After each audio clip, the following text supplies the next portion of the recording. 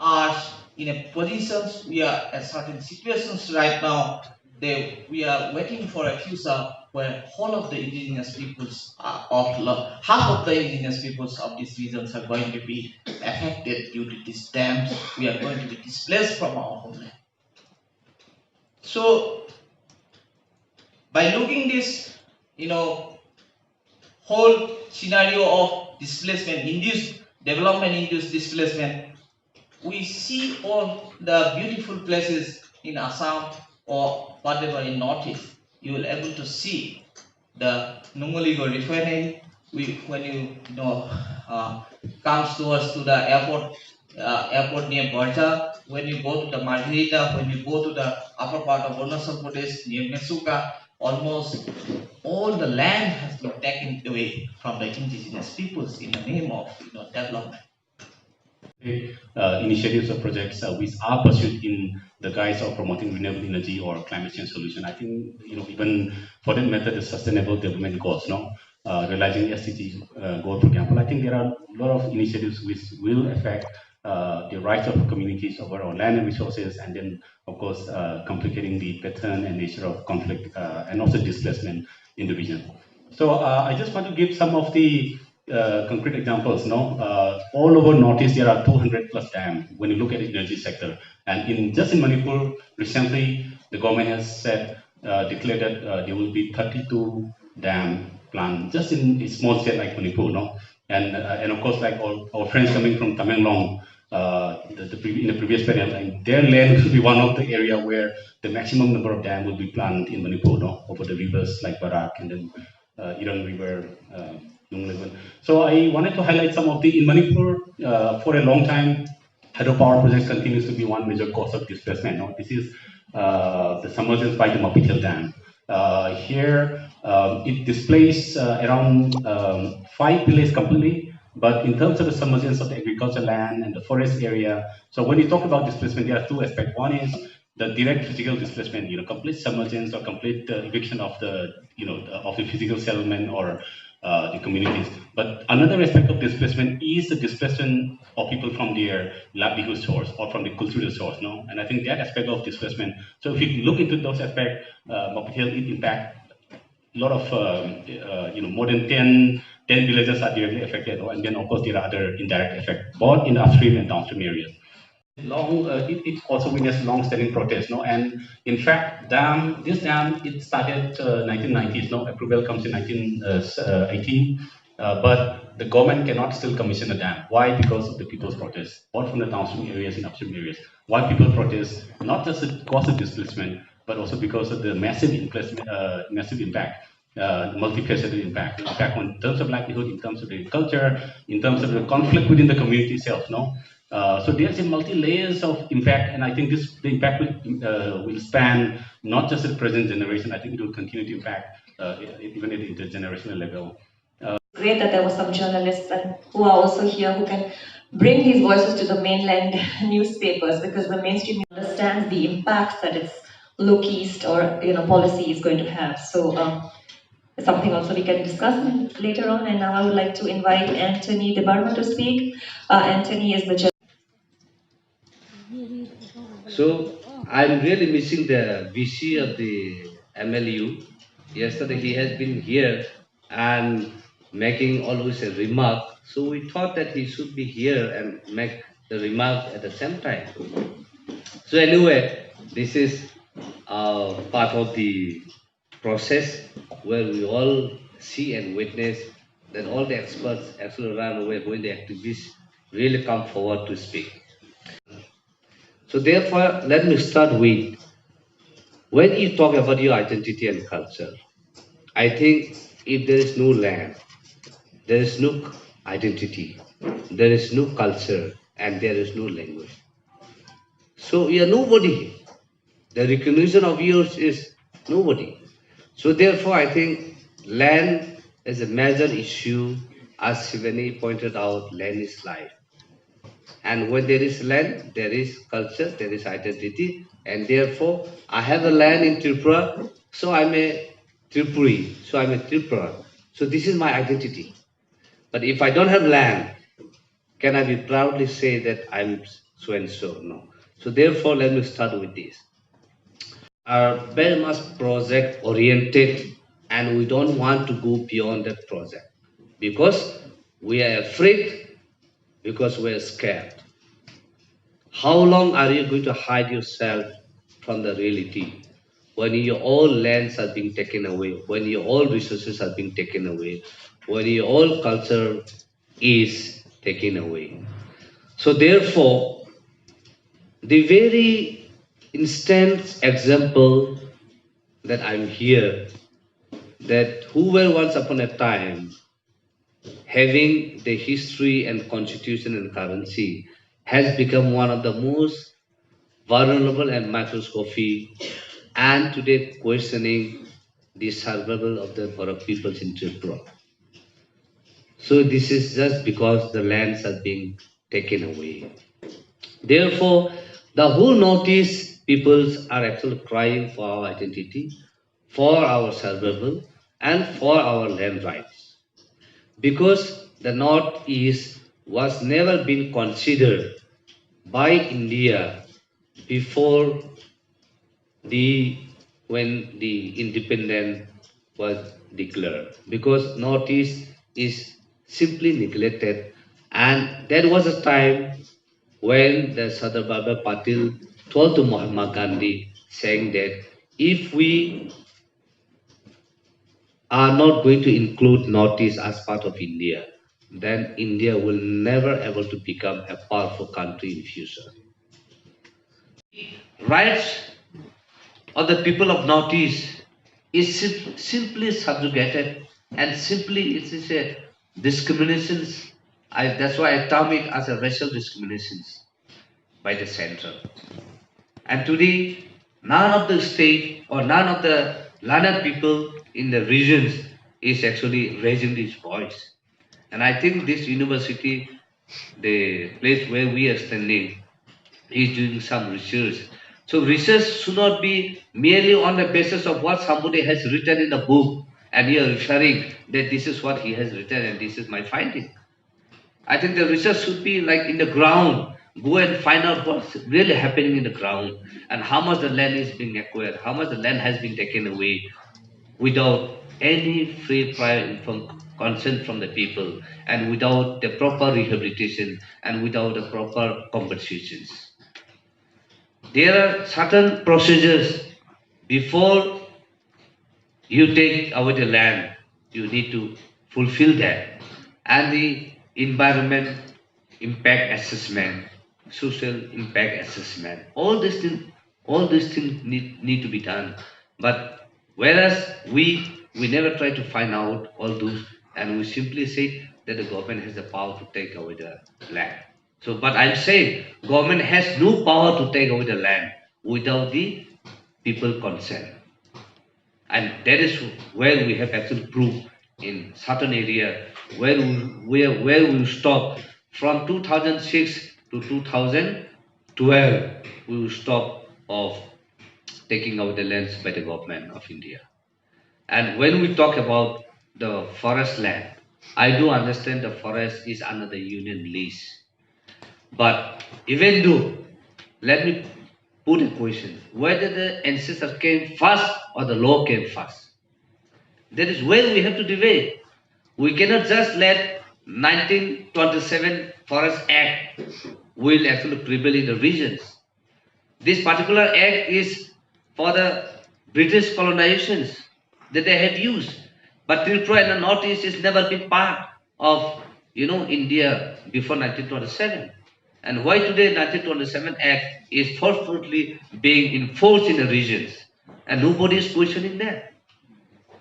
And that is where we are fighting with even the forest department. And today, many of the forest officers even have suicide because of our fight.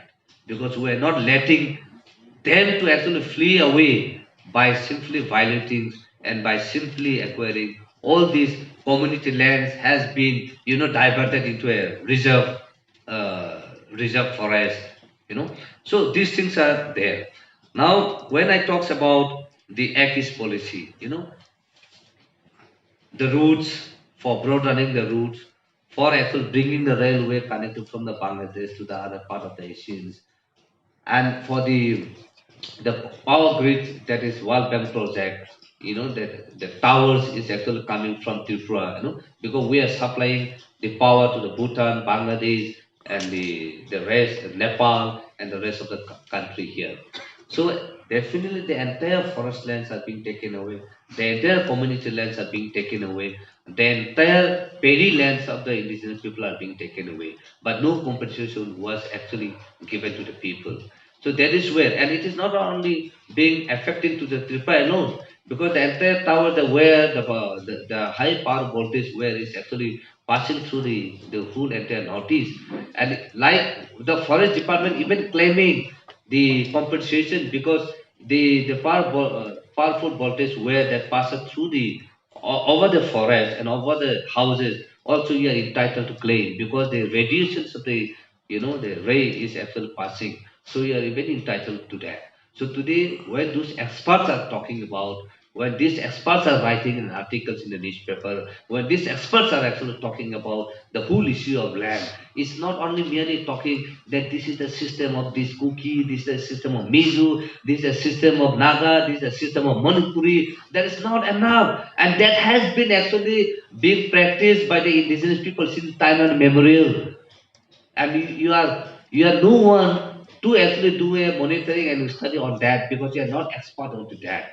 So that's why I'm saying now in a septic cultivation in one plot of land, I cultivate more than 50 items of the crops, then I harvest them into a different times. So that is the scientific of sustainability of livelihood. But today you ask us, Uskula, you come from Delhi or from Mumbai or from America or from London and you want to do a research on this.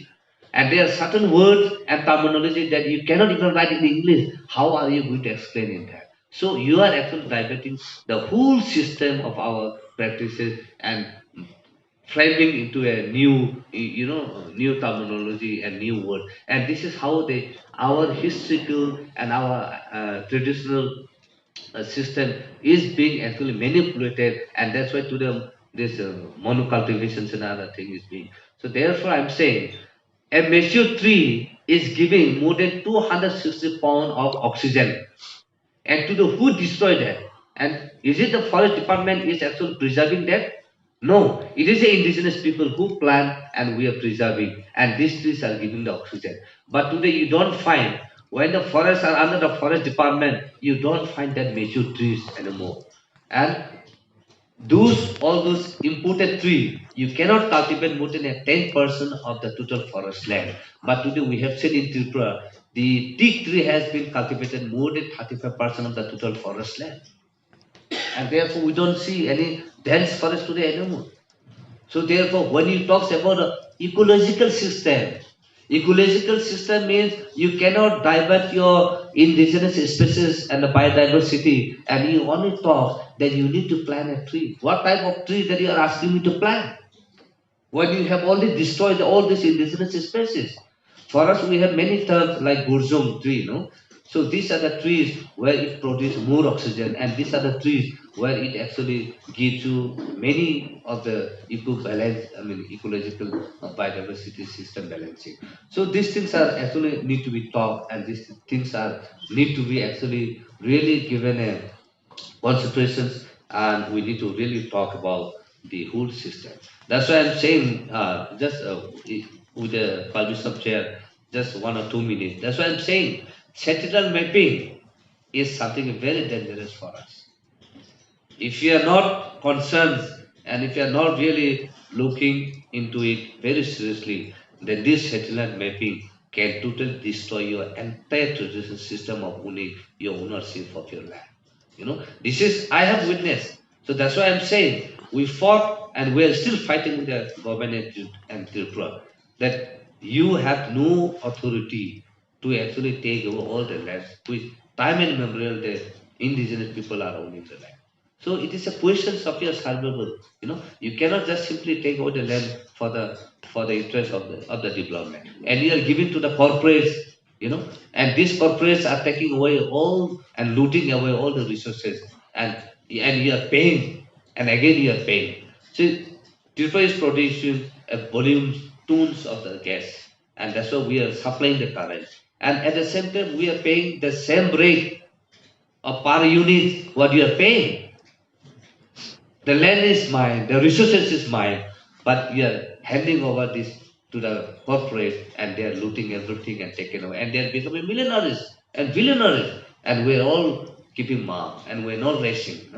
So let us raise our voice and let us talk about the rights, and let us assert. And what I'm saying, we are not demanding anything new from the government or new thing from the central government. We are asserting what was ours that has been taken away by you. And even that, we are so much scared to talk, and even that we are so much scared to fight back. I think that is not a civilized way of actually fighting and challenging. These are the challenges where we have to confront, and we have to break the barrier that has actually been, confronting us from our fight. The democratic space that we all have struggled very hard to create and are struggling very hard to protect.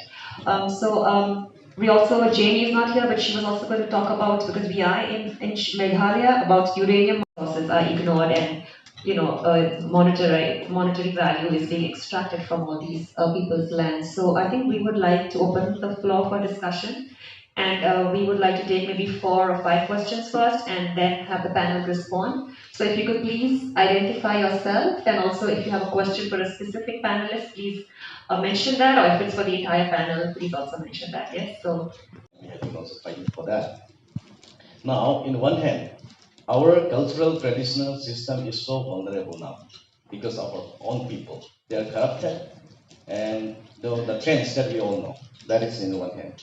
Just for example, I can cite 2 persons died while immersing in water because two of them claim that they are the chief. This is the situation now. Market force, exactly what you guys have been presented, development project, companies, government, any other, they are coming.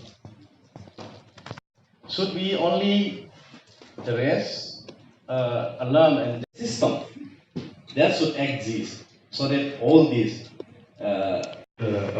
gathering. In October 2001, the Central Electricity Authority, which is also known as CEA, conducted a preliminary ranking study all over India.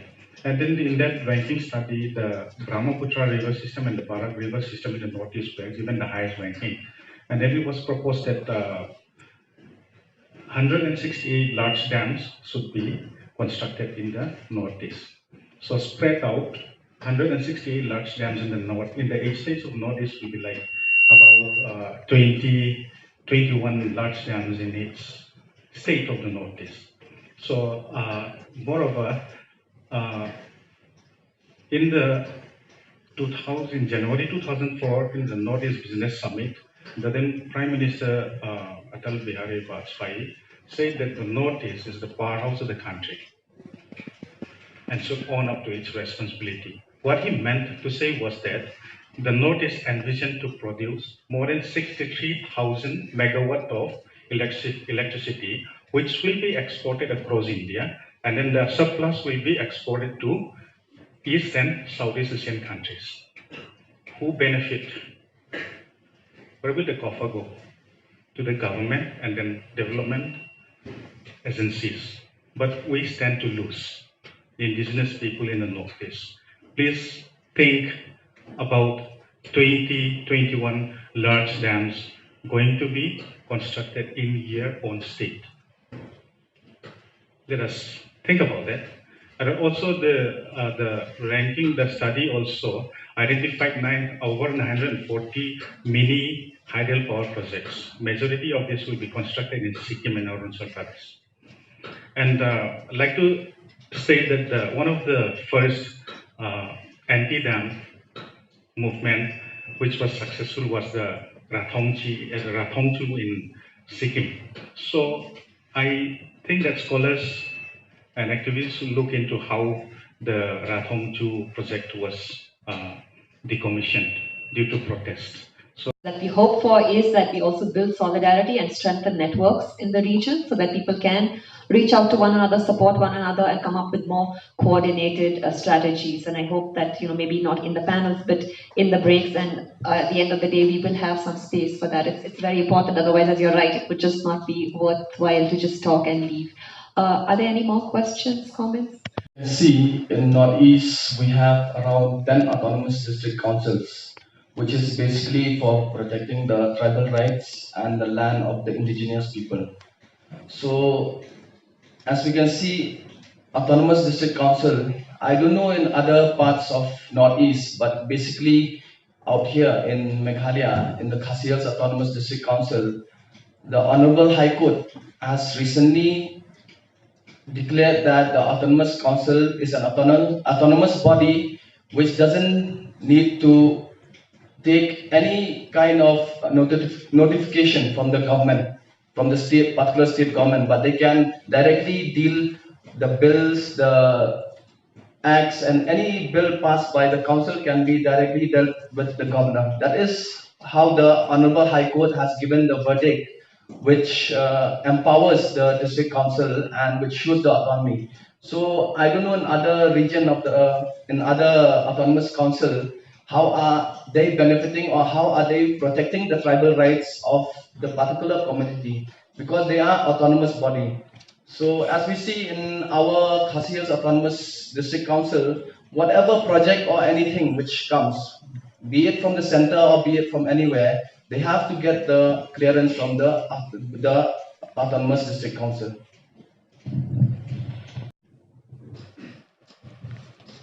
So just to say, if you see the energy requirement context of India right now, you can see the bidutprabah.in. We are right now, we are surplus energy of 2000 megawatt. Right now, it's going on. So you are rightly mentioned that for whom this energy is. You can see that the context of planning and investment of lots of money is coming up in Northeast. For waterways, 4,000 crore rupees. For all hydropower projects in Arunachal, it's not only 168 dams planned in CA ranking study in 2001, or hydropower initiative has been taken out by Atul Bihari Vajpayee in 2003, later part of that year. It is about the whole investments is going to be taken place in Northeast. It is about the whole corporates going to be invest their whole initiative in Northeast. In 2017, although we know that 159 projects has been taken as MOU has been signed. More than 217 projects are there in Arunachal Pradesh itself, and 56 companies are investing on that. Within a small state like Arunachal, within 16 districts of Arunachal, 56 companies are coming. So we are in such a situation that where we will start, where the start going to be ends, we don't know. As you said, success stories. Yes, in Sikkim there are 5 dams has been decommissioned. It's not decommissioned. It's never come up because of our friends Dawaz and Getsu and Myanmar has been taken. So strong initiative, strong people's movements over there. Also, we have a success stories over there from Subansiri context. We have a success story that we able to mobilize such kind of initiative that the engineers right now agreed that they were in a false model. They now Subansiri the such situation that they change their model. Structural model. They agreed to do downstream impact study for the first time in the country. So it is not about that we are such a hopeless situations for the Northeast that we are losing our indigenous moralities. That means indigenous way of living are going depriving so fast, declining so fast. We are thinking of that how we can able to revive that is a question for us, and we people always thinking that there is no chance of reviving our indigenous uh, capacities for future sustainability. So we have lots of stories. We have lots of stories from my place, actually from Subansiri, from Sikkim, from other places of Arunachal Pradesh, that the chance of revival can be possible. So coming together is a big question for us. So it is not about to ensure in 2 or 3 minutes. We need lots of time to rethink ourselves how we can come together for future as a whole, as a community, as an indigenous community from the northeastern regions. That's why just supplement. When we talk about dam in Northeast, no, I think we also need to, when you look at impact, one is that we also need to consider the associated allied infrastructure that goes along with the dam. It's not just a dam that submerges or destroys land and resources, but it also involves the construction of high voltage transmission line all over Northeast, no, which the World Bank is funding. It also involves the construction of roads that will pass through forests towards the dam site, and I think those allied infrastructures is something that also goes along with dam construction. So I think that also leads up to the cumulative impact, and with something the government or the corporate bodies refuse to make clear assessment of the holistic aspect. That's the first part. And secondly, when it comes to the renewable aspect, yes, there are small dams, I mean, micro and whatever. But then I think this is also one area that we really need to consider, because what is small dam, what is renewable, what is micro, because the government comes up with very clear definition of micro, because which is quite misleading and can be dangerous as well, no? Because the definition of small dam or mini dam defined by the government can equally be destructive, because they will say 24 megawatt, anything that goes below 25 megawatt is small dam, or for example, no. So, but there are dams like Mapitel Dam, which is only 7 megawatt. Like Koga Dam is only 1.5 megawatt, no. But those, I mean, in the terms of the government, they will say those are small, this thing, no. But those definitions we also need to be considered as well, no. And then another aspect is now the government is just 2019 in January, the government has declared all dams, whether big or small, whatever, as renewable, as clean, as green source of energy.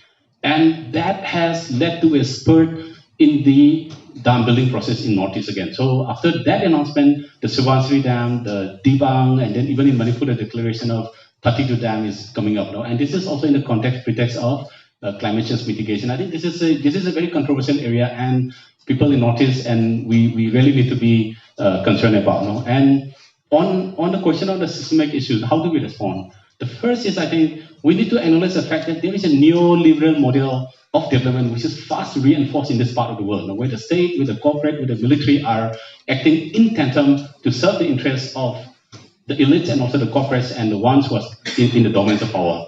And that in that process, that sees the people, the land, the resource as a source of growth. Even the geography is something that can consolidate the power. And I think we need to challenge those development models first, no? And when we say no to that, when we say no to oil, when we say no to extractive industry, I think we are suggesting alternative. It's not that we don't have to distinct.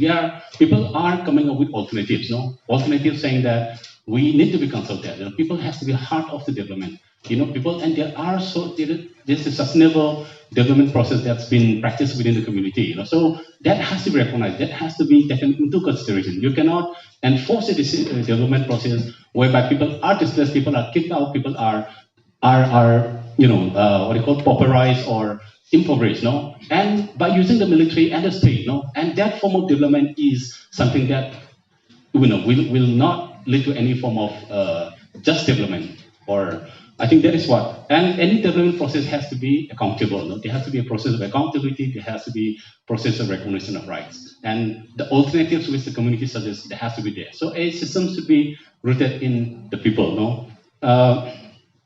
Finally, on the communal areas, I think in Manipur at least we had a problem because there is already every now and then there is always a complaint coming in from the autonomous district council, the council especially, and ADC members. They will always there are complaints, complaints in terms of how they are not given power. There will be insufficient support for them, and so I think there's a lot of complaints. So maybe our colleagues from other parts of Manipur, Chuchampur, they can share. In fact, in terms of real power, I think it's kind of powerless in that sense.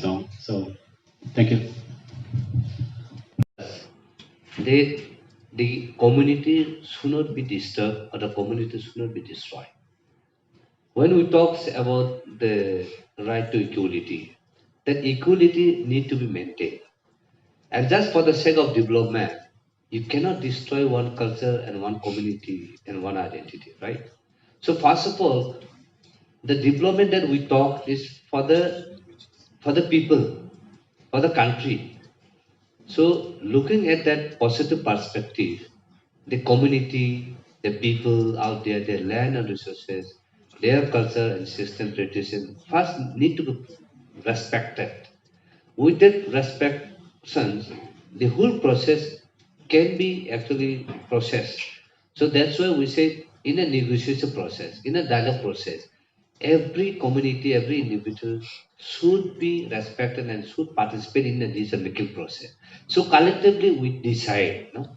But here, what the current privilege system is there, that you are not being even consulted. As you say, that out of 30 crore, that the chief takes away the 25 and the rest is given. So who is the chief? The chief is being made by you and I. So therefore, the chief cannot take alone the decisions of the whole community. No? The chief has to take the decisions after consulting together. That's why I talk about free prior informed consent. They need to be there. So this is how the whole process. That's why even in the whole system of land acquisitions, there is a system that the public hearing should be taken. Then the social impact assessment need to be done. Then the environment impact assessment need to be done. And when we talk about the dam, it is not only questions of displacement. No? It is also the questions of biodiversity that is being destructed and that is being destroyed. So when this biodiversity is being destroyed, even yesterday when we were discussing, today you are buying a water, bottle, there will be a time where you also need to buy a no harm. So without harming the whole process, the development should be there. And when Bai was talking that we are surplus of the power, while we are actually trying to destroy the whole land and the whole system, whole environment, and we wanted to, build more power in order to sell. And that is we are actually selling to the corporate. I mean, how much do actually the country actually get the revenue? No?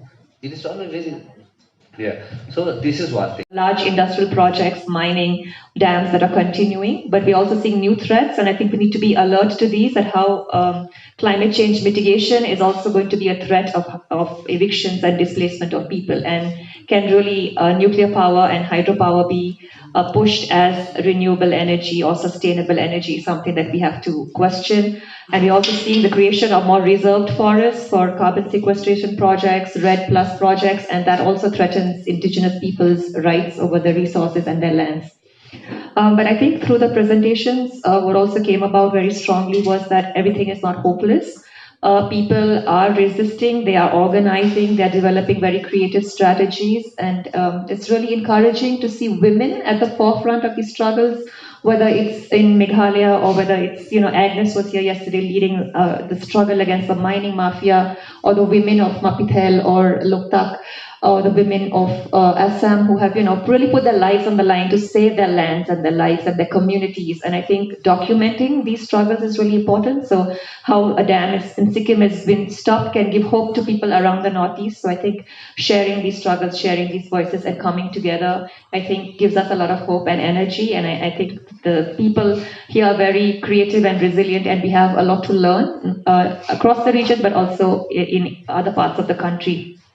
And lastly, we're talking about systems, and I think we have a very strong human rights legal mechanisms. The constitution, of course, of India is very beautiful, and we're seeing how across the country now everybody is reading the constitution, reading the preamble, really fighting for what the foundational principles of this country work, the democracy and respect and tolerance. And I think we need to push that, and I think really fight we have the legal framework, right? We have a beautiful constitution, we have to protect it. We also have a very strong international human rights legal framework, and I would encourage people to use the United Nations systems We have international law that India has ratified. We have UN treaty bodies that we can reach out to. We have UN special procedures, many of whom have written to the Indian government about some of these projects, right? So you have the UN Special Rapporteur on the Rights of Indigenous Peoples and the Rapporteur on the Right to Adequate Housing. You have the Committee for the Elimination of Racial Discrimination. They have sent letters against Subansiri Dam, against Mapital Dam. So I think we also have a duty to report to these bodies, to monitor India's implementation of international human rights law that it has ratified. And during the breaks, I'm also happy to share some publications that our organization has put together, and we can also help connect people to UN systems. And all the people on this panel are also experts in reaching out to UN mechanisms. So let us think about different ways that we can work together to really protect our human rights, our constitutional rights, our fundamental rights. And I think there is a lot of hope and expertise in this room, and hopefully this conference will be a space to channelize that great energy. And so once again, thank you very much. I don't know, maybe we've taken maybe 5 minutes more time, but I really appreciate your patience and contributions. So once again, a big round of applause to the panelists and to all of you for being so patient.